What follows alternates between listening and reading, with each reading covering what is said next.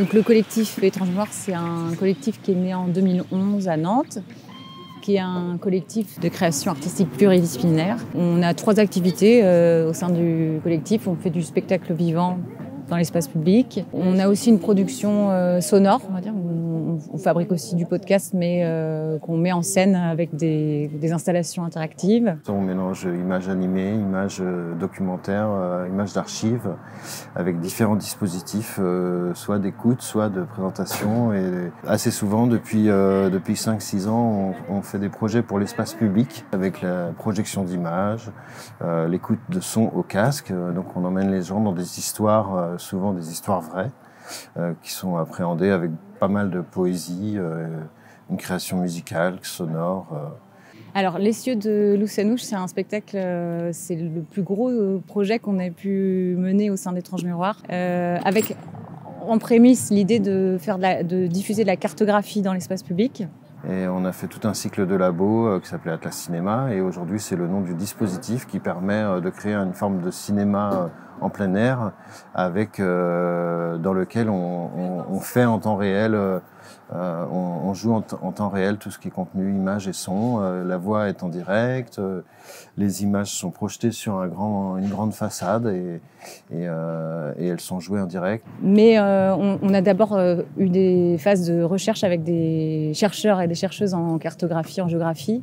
Et à l'issue de cette période, on s'est dit que quand même on avait envie d'utiliser la cartographie pour raconter l'histoire d'une personne en fait. Et on a créé Les Yeux de Loussanouche depuis 2022, depuis la rencontre avec Elisabeth Pelec-Chichian, qui est donc la nièce de Loussanouche dont on raconte l'histoire. Loussanouche est une femme qui est une enfant à la base qui a été rescapée du génocide arménien en 1915, qui a ensuite un parcours d'exil pour arriver en France en 1935.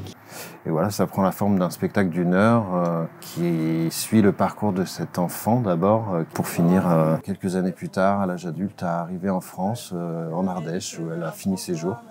Pour raconter cette histoire, on a utilisé le dessin animé, en mélangeant en fait des moyens très modernes du numérique et aussi des techniques artisanales d'animation.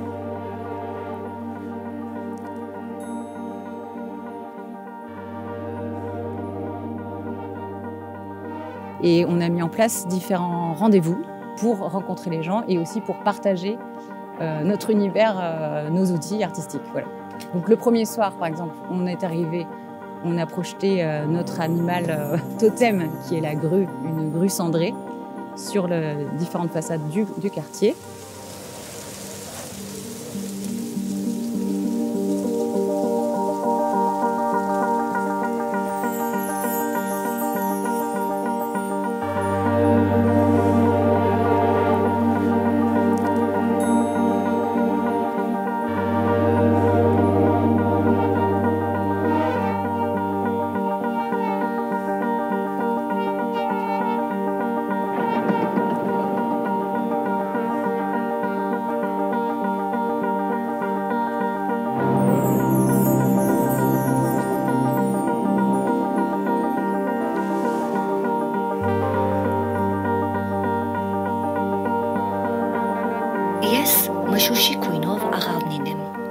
Le deuxième soir, on a fait une restitution de travail qui avait été fait avec des étudiants de Poitiers en géographie et qui avaient fait un travail sur le quartier. Et là, les étudiants, en amont, avaient rencontré les habitants et ensuite ont fabriqué des podcasts qui parlent du quartier et qui fait surtout parler les gens du quartier sur leur quartier. Et donc hier soir, on a proposé un moment où tout le monde pouvait venir assister à la restitution des travaux des étudiants.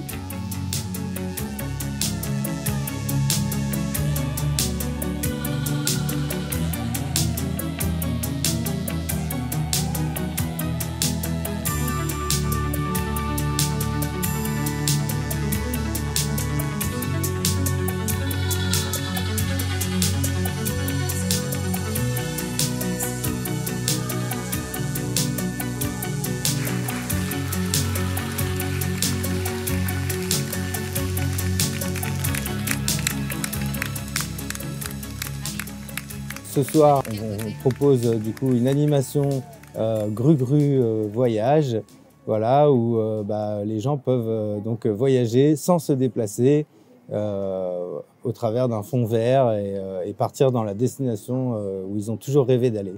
On projette ensuite leur image avec la destination souhaitée derrière eux. On a un petit accompagnement radiophonique, c'est-à-dire qu'on les fait aussi parler au micro pour commenter aussi le choix de la destination.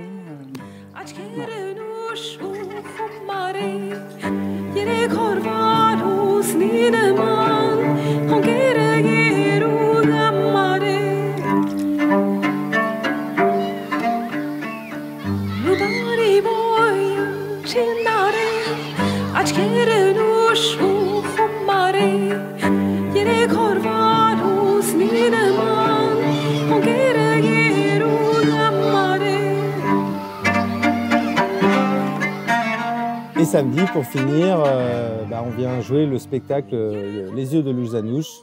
Donc ici, on est au bar à casque, bienvenue à tous. C'est le lieu de convivialité un peu de la compagnie Étrange Miroir. Et c'est là également qu'on distribue donc tous les casques qui permettent au public d'entendre les bandes son. Parce qu'on a constaté que c'était beaucoup plus immersif d'avoir le son diffusé par casque. Donc voilà, ici on prête des casques pour écouter et regarder, écouter les sons qui vont avec les images projetées sur les immeubles. Alors moi, au cours du spectacle, je joue la partition visuelle et je mixe les images que Clara fait à côté sur le banc titre en direct. Voilà, donc j'ai un logiciel qui me permet de jouer. C'est aussi le logiciel qui nous permet d'organiser l'image dans le mur où on projette, quoi. Voilà, et j'ai une conduite assez compliquée avec pas mal de choses. C'est comme si on jouait tous les déplacements d'un personnage dans un film d'animation, par exemple. Donc, alors on est 3 à avoir fait des dessins animés. Clara a dessiné La Tourterelle, qui raconte l'histoire de Lousanouche dans une approche un peu plus intime. Moi, j'ai dessiné la grue géographe qui apporte un peu les éclairages historiques et géographiques qui balisent son parcours. Et on a fait appel à un animateur franco-arménien qui s'appelle Warren Manvelian pour le personnage de Lousanouche et de son frère Avedis. Voilà, nous sommes 3 animateurs à avoir travaillé sur ces personnages. Et voilà, on passe 1 heure en plein air, au casque, immergé dans cette histoire. Et je pense que ça nous emmène assez loin et on passe un bon moment, tout en apprenant pas mal de choses. Voilà.